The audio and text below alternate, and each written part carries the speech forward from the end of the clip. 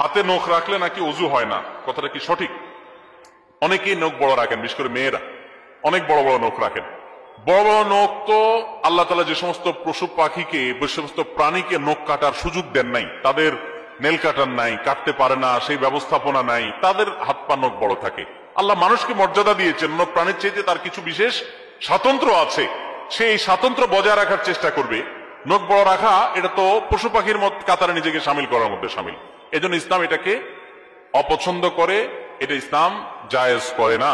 এবং যে সমস্ত বিষয়গুলো মিন সুনানিল ফিতরা, মানুষের প্রকৃতিগত সুন্নাহ, সৃষ্টিগত সুন্নাহ, সেরকম সুন্নাহগুলোর ভিতরে একটা হলো এই নখ কাটা, নখ ছোট করা। এই জন্য ছোট করতে হবে, নখ বড় রাখা যাবে না।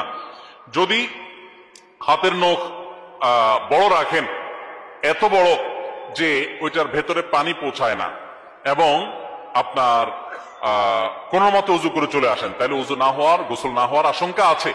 কিন্তু নখ বড় রাখলেই যে উজু হয় না, ব্যাপারটা এরকম না। নখ বড় আছে সেটা মাথায় রেখে আপনি পানি যেত নখের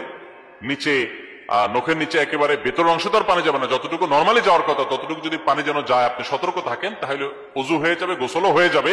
তবে এরকম নখ রাখাটা ইসলামী শরিয়ার দৃষ্টিকোণ থেকে অনুচিত কাজ, অনুত্তম কাজ।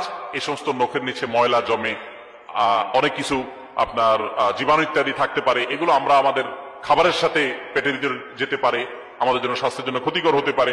ইসলামের চাইতে বড় স্মার্টনেস আর কিচ্ছুতে নাই।